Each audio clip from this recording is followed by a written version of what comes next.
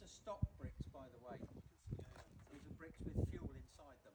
How do you mean? Would that have been to unify the colours, they had a practice known as raddling, which is red ochre within glue size and alum to fix the colour so that it didn't wash off the wall.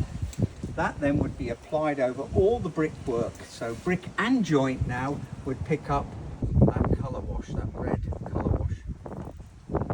What I think I'm seeing here, which is this damaged area here, I'm looking at the brick above, looking at the brick to the left, and even the beginning of this brick to the right, and I can quite clearly see a sort of a silvery vitrified face on them.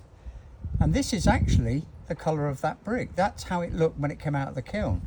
This part, we can't see it at the moment because it's still got the wash on it, but probably if that was took off, it would look like the rest of that, as indeed this one does. It makes me think, did someone in trying to clean this misunderstand this as some form of soiling on the surface and felt they had to be a little bit more aggressive in trying to remove that? And yet what it really was a misunderstanding of the fired surface.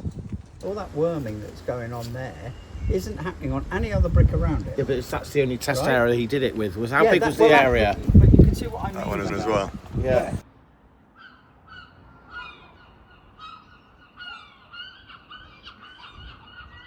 What would your repair strategy be for this? Well, really, there's, I suppose, if you know you're going to do a complete wash over it again, having cleaned it, because you've got to clean it off, then it might be that you might just fill those in with a little bit of hydraulic lime and very fine sand just to smooth it again, which is quite acceptable, you know, vapor permeable and everything else. Then let that dry, and then, you know, to repeat the rattling if you want. Is there not a danger that the lime will go pink from the rattling? No, because then that would be equivalent to say that these joints would have gone pink when you put the colour wash on the mortar joint. Even linseed added to lime wash means a Doff could remove that because the oil in there is enough to do that. But we'll see, that's... But it wouldn't eat into the brick and scar it? No, it's not going to dissolve the brick. It's absolutely not. Okay. So we leave that on there for another 5 minutes, and then we should be able to take all the acrylic off of that. All the little speckles like this off. I should have taken a photo of it before, actually.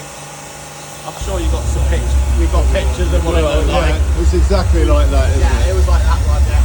Yeah. Okay. Brilliant. Thank you, Ricky.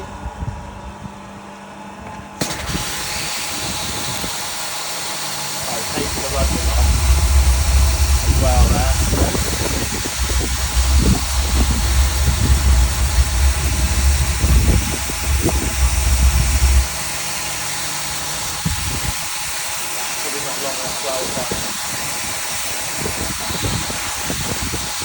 No damage, that's the main thing. Yeah. I mean, you can scrape it off now because it's hot, but it should come off with enough softening time. It should come off. It comes off. Because it's acrylic, it melts off. Spend longer on it, pressures. Yeah, I'd avoid scratching it with brushes or anything like that though. I'd be looking at softening it. And then, yeah, like we did with this one, some more ruddling going on. You've got a bit of a stripy affair there going on there with various things. Can you remember what they all are? 50 bar, 30 bar. And then that was the one beforehand, then we put a bit of ruddling on there without repairing it. Yeah. And the same thing here. I'm going to send you that product that's going to be able to fill this in. You're not going to need much of it. It's only going to, I'll probably send you an ounce or so. This is a kind of a burning on the surface of the brick, okay? And I think what happened, this person thought that was dirt and he really went at it aggressively. But you can see when I came back the next day where that was all the way to there. Right. That's the lime wash there ending.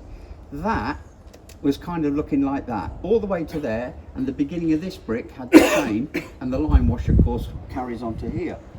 So I was really pleasantly surprised, although Robert and I didn't get a chance to talk about it, that in their little test, they cleaned that off, and there's no damage. Yeah. So always remember, cleaning has to be trialed. Yeah. The wall should be recorded first, then you do your trial area. But the main thing just to remember, and I think this is the thing, is to double check that the people have got the right system, and that will be in the Stone Health Register. They'll know who they sold the machines to, but also to make sure they've got rosette, what they call their rosette. Rosette means you've been trained fully to use it properly and responsibly, and therefore you know. So the worst thing that can happen is somebody brings that in, they do a bit of a course, but then they go and get somebody to go and do the clean, but they've never gone through that training process. Yeah. And they give them what you might call a half-hearted bit of training, saying, right, when you do this, do that, don't do this, but do that. Well, that's not enough. And so they can get carried away. And if they don't really understand what they're looking at, they can also go wrong. Yeah. Because, you know, clearly there, that damage happened because someone didn't understand the nature of that. This person who came, who's the son of the founder of Stone Health, came here the other day. He did understand what he was looking at, and he said, right, let's just see if we can clean off some of that. And you can see there's no damage to it at all. So it can be done. You know, that's the QED on it, you might as well say. The decision that then has to be made is, where do you go with this now? Do you carry on now and clean it off? Do you accept what it is at this point? Obviously, I always have a sympathy for the historical integrity of a building, and this is all part of the original